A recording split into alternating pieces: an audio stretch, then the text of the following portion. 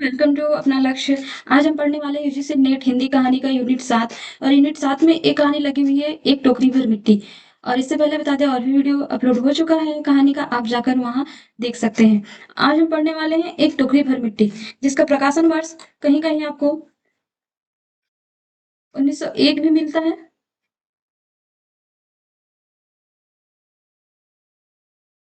1901 भी मिलता है, और यह छत्तीसगढ़ मित्र पत्रिका में प्रकाशित है। तो चलिए हम कहानी को आगे पढ़ते हैं। एक टोकरी भर मिट्टी। माधवराय सप्रे।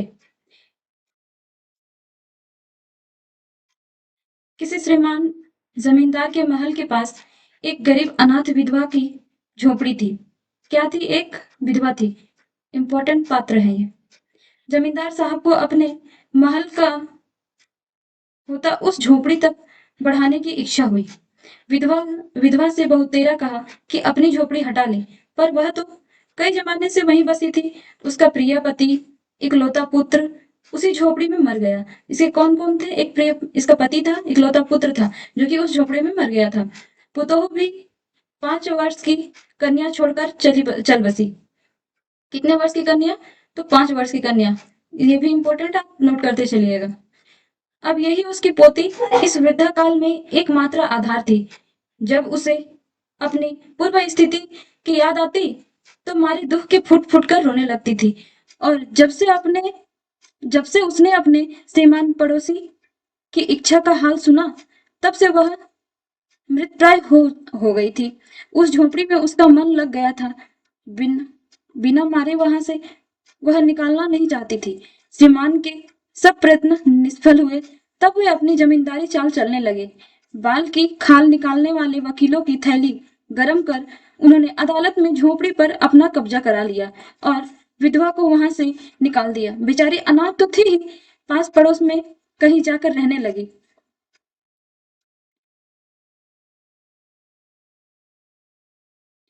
एक दिन श्रीमान उस पड़ोसी के उस झोपड़ी के आसपास टहल रहे थे और लोगों को काम बतला रहे थे कि वह विधवा हाथ में एक टोकरी लेकर वहां पहुंचे। श्रीमान ने उसको देखते ही अपने नौकरों से कहा कि उसे यहाँ से हटा दो, पर वह गिड़गिड़ा कर बोली, महाराज, अब तो यह झोपड़ी तुम्हारी ही हो गई है। ये इंपॉर्टेंट है, यहाँ से आप नोट कर सकते हैं, ये पूछ सकता है पेपर में। महाराज, अब तो यह झोपड़ी तुम्हारी ही हो गई है। मैं उसे लेने नहीं आई हूँ। महाराज क्षमा करे, तो एक विनती है। जमींदार साहब के सिर हिलाने पर उसने कहा, जब झोपड़ी से यह जब से यह झोपड़ी छुटी है, तब से मेरी पोती ने खाना पीना छोड़ दिया है। मैं बहुत कुछ समझाया पर मैं बहुत कुछ समझाए पर वह एक नहीं मानती।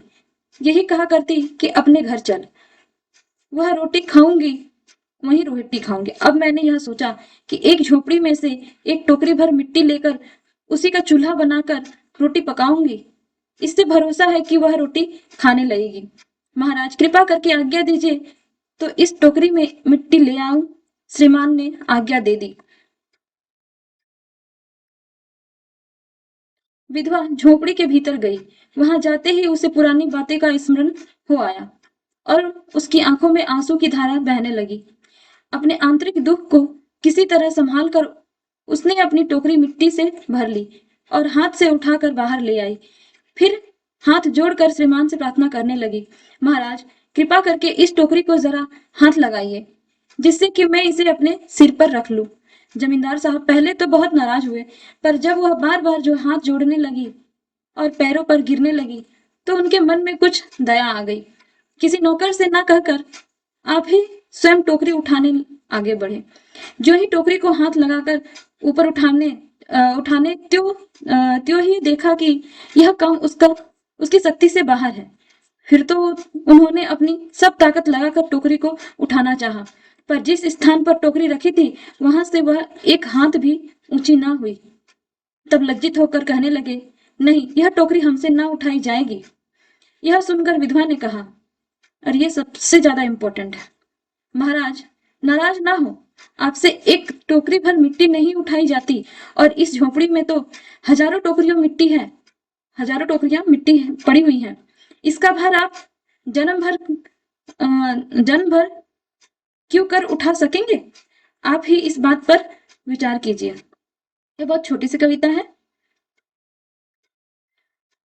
जमींदार साहब धन मद से गर्वित हो अपना कर्तव्य भूल गए थे, पर विधवा के उपयुक्त वचन सुनते ही उनकी आंखें खुल गई। कृत कर्म पर पश्चाताप कर उन्होंने विधवा से क्षमा मांगी और उसका झोंपड़ी वापस दे दी। तो ये हृदय प्रवर्तन कहानी के रूप में हम देख सकते हैं इसको। फिर मिलते हैं किसी दूसरी कहानी के साथ। धन्यवाद।